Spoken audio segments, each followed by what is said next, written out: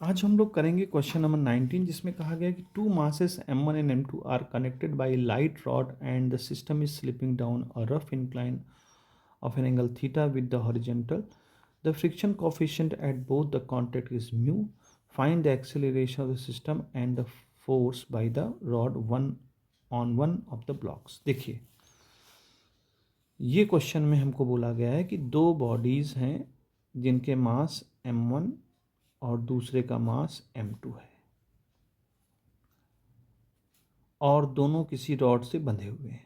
तो जाहिर सी बात है इस रॉड का मास नहीं होगा, क्योंकि इसका कुछ डिस्कशन नहीं दिया गया है कि मास क्या है। तो यहाँ पर जो हमारा मास है वो अगर किसी थ्रेड से बंधा होता, देखो सबसे पहले तो ये समझ लो कि दोनों का कॉफिशिएंट एक है, तो हमारे पास जो एक्सेलरेशन होता है वो होता है जी sine theta minus mu cos theta. तो इस वाले फार्मूले में मैंने पिछले क्वेश्चन में भी बताया था कि चूंकि यहाँ मास कुछ है ही नहीं, जब मास की कोई रोल नहीं है इसमें, तो कोई बॉडी भले ही किसी मास की हो, m1 की हो, m2 की हो, और दोनों के लिए सेम इंक्लिनेशन हो और दोनों का कोफिशिएंट सेम है, इसके लिए भी वही है, इसके लिए वही, तो दोनों सेम एक्सेलरेशन से मूव करेंगी। जब दोनों सेम एक्सेलरेशन से मूव करेंगी तो ये बॉडी अगर रॉड से अटैच भी है तो रॉड पर कोई भी फोर्स काम नहीं करेगा दोनों की वजह से। ना ये इस पे लगाएगा ना ये इस पे लगाएगा, दोनों एक फ्रीली मूव करेंगे, इंडिपेंडेंट मूव करेंगे। क्यों? क्योंकि दोनों का मास सेम है और दोनों का कोफिशिएंट सेम है। सॉरी, दोनों का मास डिफरेंट हो भी तब भी यहाँ पर मास की कोई गुंजाइश नहीं, एक्सेलरेशन में मास का कोई रोल नहीं होता। कब? जब एंगल सेम हो और म्यू की वैल्यू सेम हो। चूंकि एंगल तो सेम होगा ही होगा, म्यू की वैल्यू अगर सेम है दोनों से, यानी दोनों सेम एक्सेलरेशन से चलेंगे और दोनों सेम एक्सेलरेशन लेंगे, दोनों एक दूसरे को कोई भी फोर्स नहीं लगाएगा। तो जो दूसरी बात वो पूछता है कि फोर्स एक दूसरी पे कितना लगाएगा, तो पहला जो है इसमें है कि फोर्स जीरो लगेगा, ना पहला दूसरा पे लगाएगा ना दूसरा पहले वाला लगाएगा, क्योंकि दोनों एक फ्री बॉडी के तरह से मूव करेंगे। नाउ दूसरी बात ये कहता है कि एक्सेलरेशन फाइंड करना है। तो अब एक्सेलरेशन फाइंड करने के लिए तो आपके पास फार्मूला है जो हमने अभी आपको बताया, तो उसमें तो आपको कुछ करना ही नहीं है। नेट फोर्स निकाल दीजिए और उसका डिवाइड बाई मास कर दीजिए। तो नेट फोर्स हमारा कितना लग रहा है दोनों की वजह से?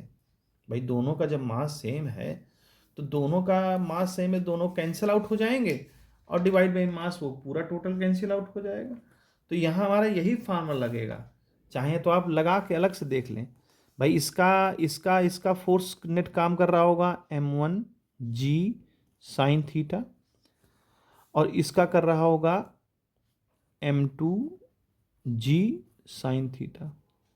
तो टोटल कितना हो जाएगा? जी साइन थीटा कॉमन ले लीजिए, जी साइन थीटा कॉमन हो गया तो m1 प्लस m2 हो गया।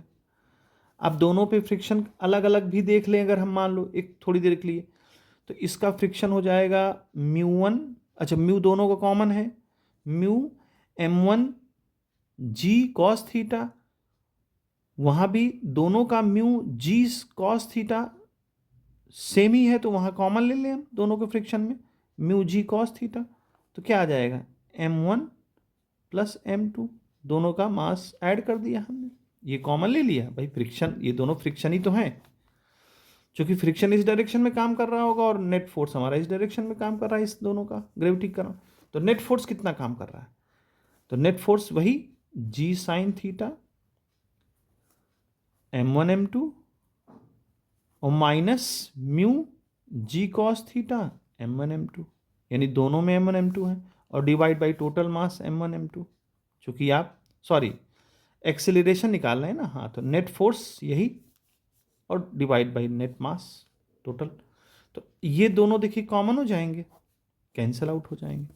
तो क्या बनेगा?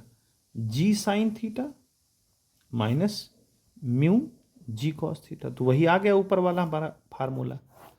तो देखिए अगर मास सेम होते हैं तो ये कंडीशन हमारी लगती है, और मास सेम की बात नहीं है, फ्रिक्शन सेम है तो ये कंडीशन हमारी डायरेक्ट लग सकती है, डायरेक्ट फॉर्म लगा सकते हैं।